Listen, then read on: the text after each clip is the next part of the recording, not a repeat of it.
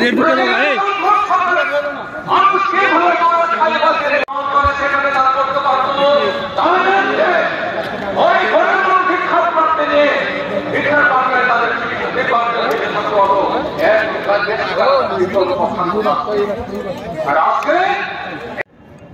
রাজ্য থেকে দুঃশাসনের রাজত্ব অবসানের শপথ গ্রহণ করার দিনে পরিণত হয়েছে। আজকের দিন থেকে এই দেশের শত্রু, আমাদের রাজ্যের 40 লক্ষ মানুষের শত্রু ভারতীয় জনতা পার্টি এবং তাদের দূষক ত্রিপুরা মথা এবং আইপিএফটি দিন গুণা শুরু করো।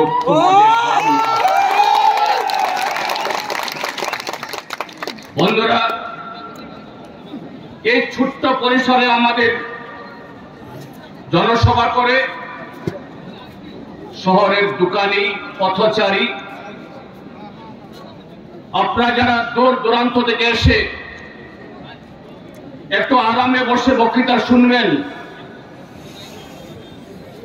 সে উদ্দেশ্যে যারা এসছেন, আপনাদেরকে এইভাবে কষ্ট দেওয়ার উদ্দেশ্য আমাদের ছিল না। আমাদের জনসভার তারিখ ঠিক হওয়ার 1 মাস আগে থেকে স্বামী বিবেকানন্দ ময়দান, যেটাকে আমরা আস্তাবল ময়দান বলে আমরা চিনি, সমস্ত রাজনৈতিক দল সমস্ত কালে তাদের এই বড় কর্মসূচি সেখানেই করে থাকে, যে কোনো সরকারের সময়। আমরা সমস্ত নিয়ম মেনে সে মাঠ চেয়েছিলাম। আমরা যখন মাঠ চাই, সেদিন স্পষ্টভাবে আমাদের জানানো হয়েছিল সেই মাঠে কোনো রাজনৈতিক দলের, কোনো সংগঠনের, সরকারের কোনো কর্মসূচি নেই। আপনারা জনসভা করতে পারেন, কিন্তু তড়িঘড়ি এই জনবিরোধী সরকার, গণতন্ত্র বিরোধী সরকার, সংবিধান হন্তারক সরকার সেখানে একটা মেলা লাগিয়ে দিল। আপনারাও যারা উত্তর দিক থেকে এসছেন দেখে যান, সেই মেলা কিসের মেলা? শুধু সিপিআইএম কে রোখার জন্য, আমাদের কর্মসূচি রোখার জন্য। আমরা অগত্যা আরো 2 সপ্তাহ আগে থেকে উমাকান্ত একাডেমি স্কুলের প্রাঙ্গণ, যে প্রাঙ্গণে 2023 সালের 12ই জানুয়ারি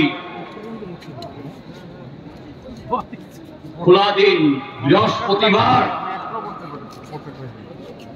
আজকের যিনি এই ত্রিপুরা রাজ্যের মাননীয় মুখ্যমন্ত্রী ডক্টর মানিক সাহা, সম্ভবত তিনি তখন শুধু মুখ্যমন্ত্রী না, দলেরও সভাপতি ছিলেন, তাদের সর্বভারতীয় সভাপতি জগৎ প্রসাদ নাড্ডাকে এনে জনসভা করেছেন। আমরা বলেছি, আপনারা যদি স্বামী বিবেকানন্দ মাঠ দিতে না পারেন, সে মাঠটা দিন। বলছেন জানাবো। আজকে 2 সপ্তাহ পেরিয়ে গেল, তার জানাবার সুযোগ হয়নি। অবস্থা আমরা এই জায়গাটা চেয়েছি মাত্র গতকাল সকালবেলা, গতকাল এখন থেকে প্রায় 20-22 ঘন্টা আগে মাত্র এই জনসভার জন্য আমাদের অনুমতি হয়েছে। এরা অনুমতি না দিলেও আমরা করতাম।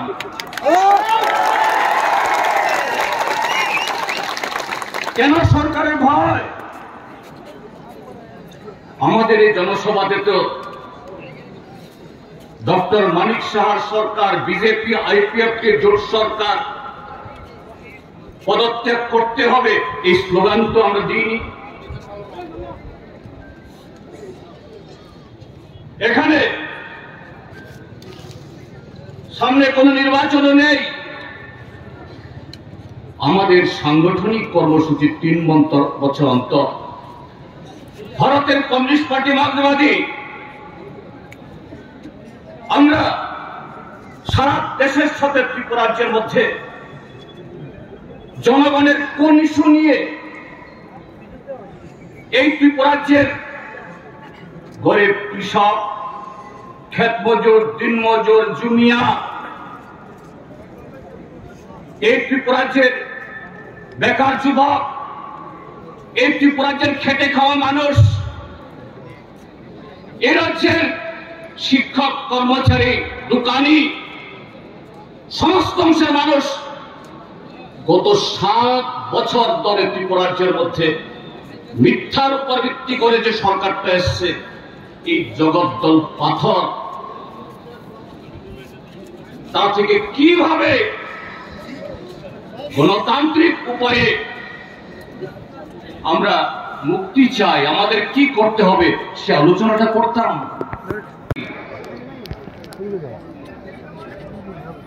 তাদের উৎস কোথায়? উৎস সেই টিউদেশ।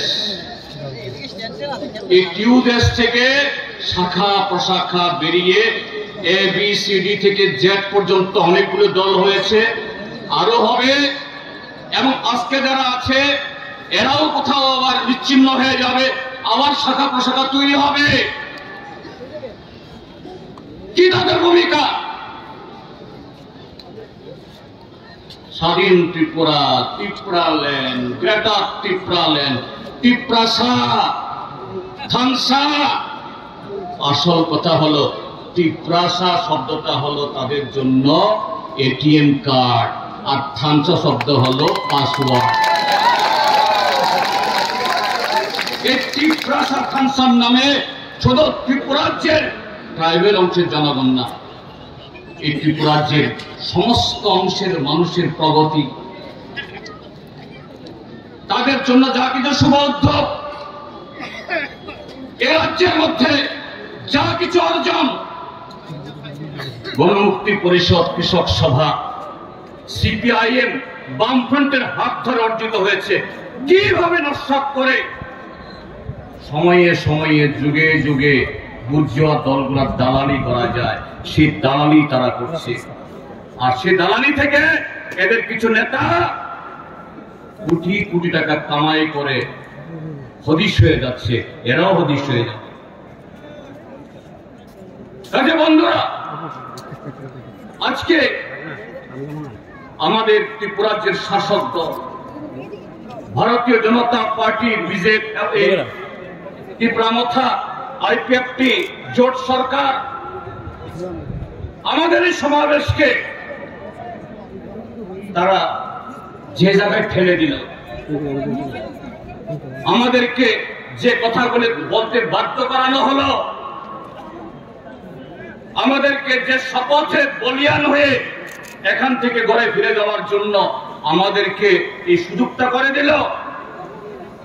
আমি আপনাদের সবাইকে বলছি, উঠে দাঁড়ান,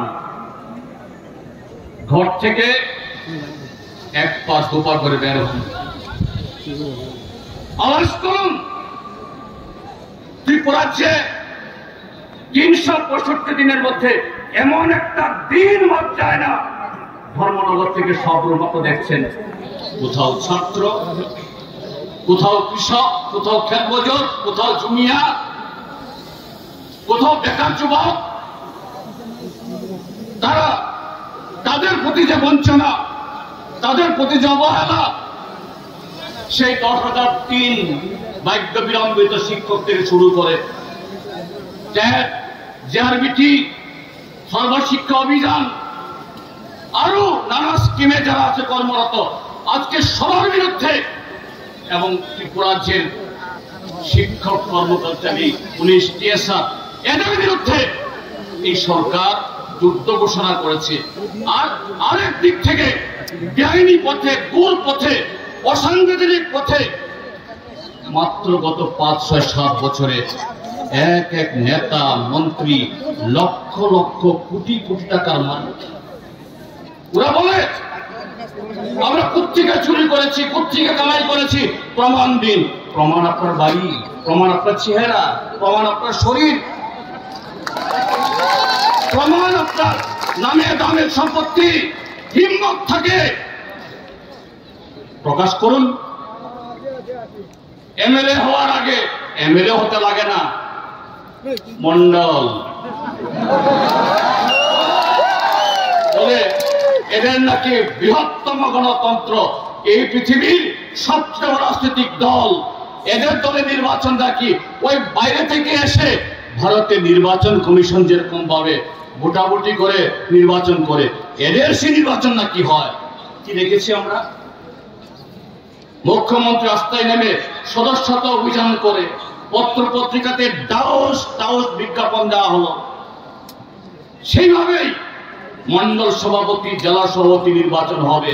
বাইরের থেকে এদের অবজারভার এসেছে, রিটার্নিং অফিসার আসছে, শেষ পর্যন্ত কি হলো? দিল্লি থেকে কলা পাতায় নাম লিখে দেওয়া হলো। এই গণতন্ত্র, যাদের দলের ভিতরে গণতন্ত্র নেই, কি করে তারা গণতন্ত্রকে সম্মান দেবে, সংবিধানকে সম্মান দেবে? থাকে এরা কেউ সিপিআইএম এর সমর্থক, বিজেপির সমর্থক। আজকে সিপিএম এর লোক আসবে, আগে টমটম অটো সব বাড়ি যাও, দোকান বন্ধ করো।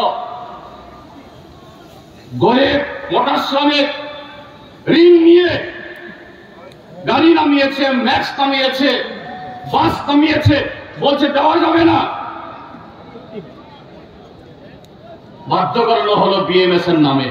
আরে সে বিএমএস এর লোক তো আপনাদের লোক, তাহলে কার কামাই, কার রোজগার আপনি খেলেন?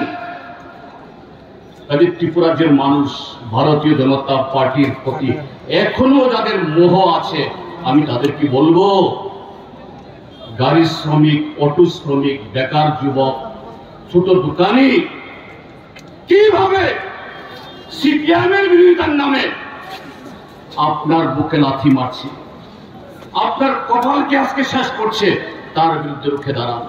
আমাদের পার্টির এই 24তম রাজ্য সম্মেলন আপনাদের সে দুঃখ কষ্টের কথা আলোচনা করার মধ্য দিয়ে আগামী দিন কিভাবে এই অন্ধকারতম পরিবেশ থেকে ত্রিপুরা রাজ্যে মুক্ত করব, এটাই হবে আমাদের অঙ্গীকার, এটাই হবে আলোচনা। কথাগুলো বলে আপনারা যারা এসছেন দূর দূরান্ত থেকে, আপনাদের সবাইকে আবার কৃতজ্ঞতা, লাল সালাম, অভিনন্দন, হামবাই জানাচ্ছি। আগরতলা শহরের দোকানি, পথচারী, রিক্সা চালক, অটো চালক, অযথা আপনাদের অসুবিধা হলো, আপনাদের কাছে আমরা ক্ষমা চেয়েছি। এই কথাগুলো বলে আবারও আপনাদের সকলকে অভিনন্দন জানিয়ে আমার বক্তব্য শেষ করছি। ইনকলাব জিন্দাবাদ।